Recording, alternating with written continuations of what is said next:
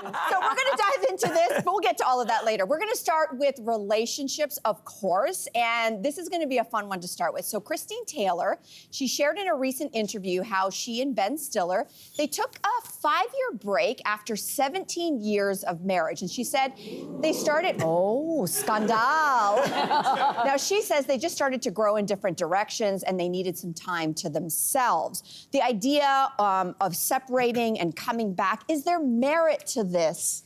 And does it, lots of feelings. or do you go into a break knowing it might not end up back together? Well, I think we often use the phrase, they grew apart, but we rarely say they grew together. And so often I think people have to grow apart in order to grow together because we all grow at a different pace, we grow at a different time. And I think we forget in a relationship that it's not just the relationship you have, but it's also the relationship you have with yourself. And often if you're saying, I need time and space in order to work on that relationship, I think we think that if someone wants time and space, they want time and space from us. But sometimes they need time and space for themselves. And remember, in all of those statements, growing together or growing apart, society overvalues, they're apart, they're together. The real important word is growing. Are we growing? Are we growing ourselves? Are we growing with the other person? And if you have to grow apart to grow together, that's beautiful. I love everything you said. I have a question. Please. Brilliance. This is why you are who you are. But what if that growing means you want to grow with somebody else just for one night? I say that tongue-in-cheek because the idea of growing together, growing apart, I don't know in their case if other people were involved or not nefariously, but if they discussed, well, what if we meet other people? Can we date during this break? What do you make of that? Well, I'm not sure how much you grow in one night, but... That's another show. But that's a different conversation. We'll leave that.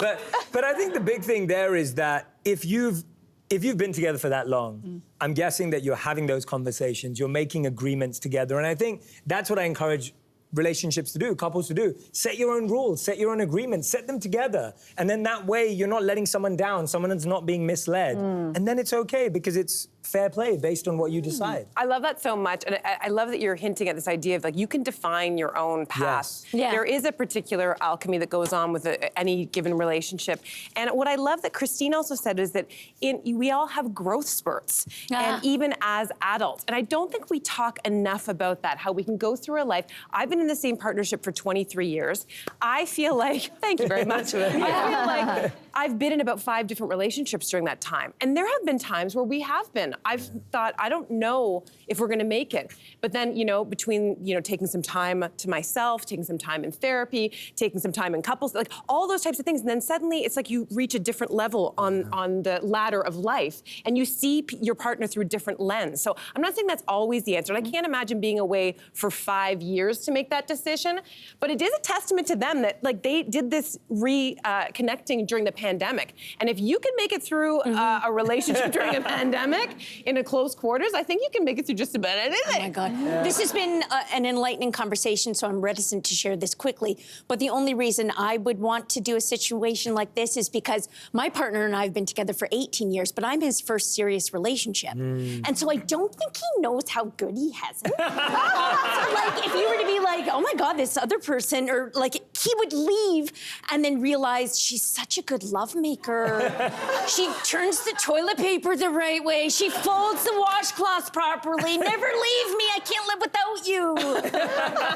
I think he knows exactly what he has, and it's Simon. amazing. We're here to tell you. Okay. Thanks for watching. We've got lots more discussion and debates on everything from food and fashion to pop culture and current events. Don't forget to click like and subscribe.